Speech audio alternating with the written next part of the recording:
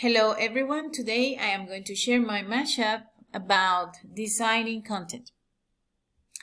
So this time I prepare a format which you can use in a flipped classroom, during the class, in a presentation, or after class. So students will have the chance to review the content. So first of all, here we have the name of the lesson, the class, and the grade, and also the name of the teacher. To introduce the topic, I place a chart about endangered species. Then right after that, in action number 1, students will have the chance to watch a video. So let's click on it. When all living members of that species are in danger of disappearing. So today we're going to take a look on important information that will help us to learn more about this topic.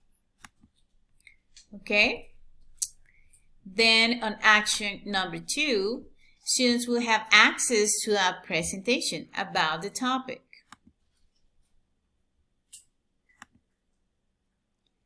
So as you can see, they have the content of what we're working on.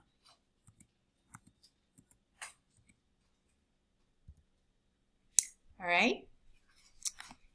Then, in action number 3, students will have access to a quiz so they can review what they just learned.